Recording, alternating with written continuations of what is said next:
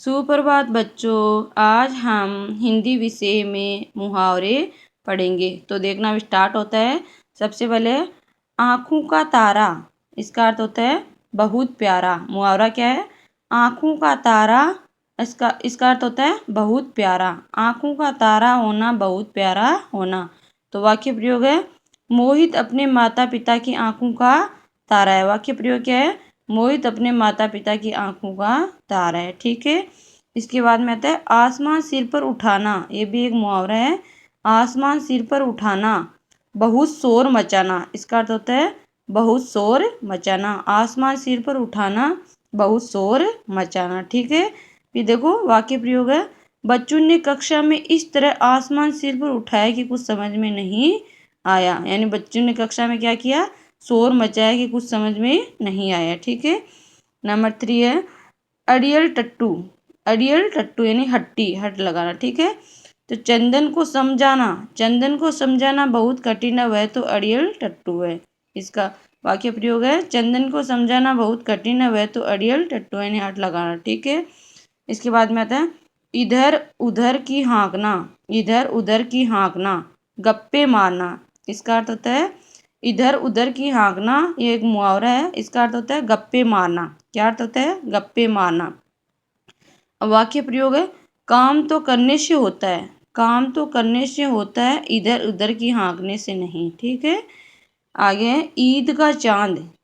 ईद का चांद एक मुहावरा है। ईद का चांद बहुत कम दिखाई देने वाला, यानी ईद का चांद होना, बहुत समय बाद दिखाई देना। ठीक है।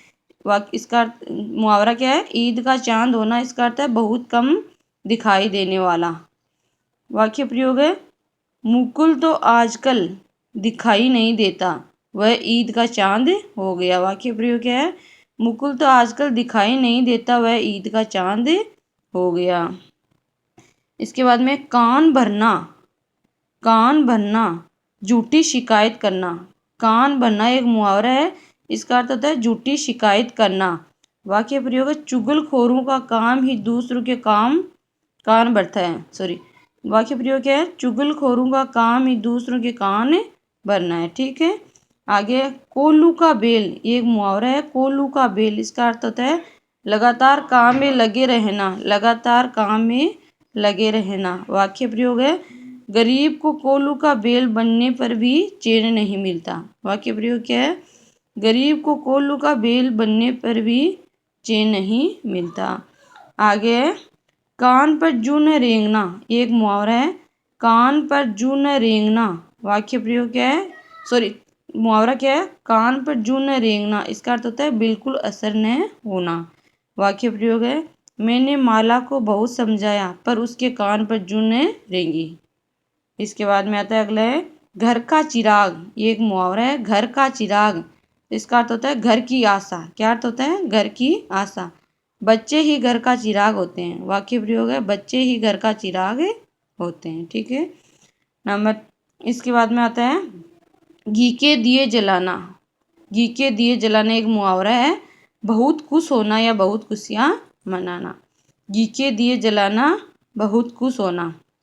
मुहावरा क्या है? घी के दिए जलाना। इसका अर्थ होता है बहुत खुश होना। क्या होता है? बहुत खुश होना।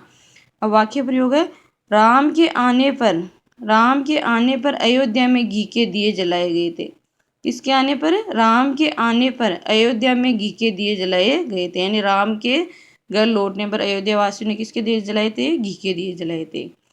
इसके बाद में आता है खून खोलना। ये एक मुहावरा है। खून खोलना, इसका अर्थ होता है जोश में आना। क्या अर्थ होता है? जोश में आना। वाक्य प्रयोग है, निर्दोष को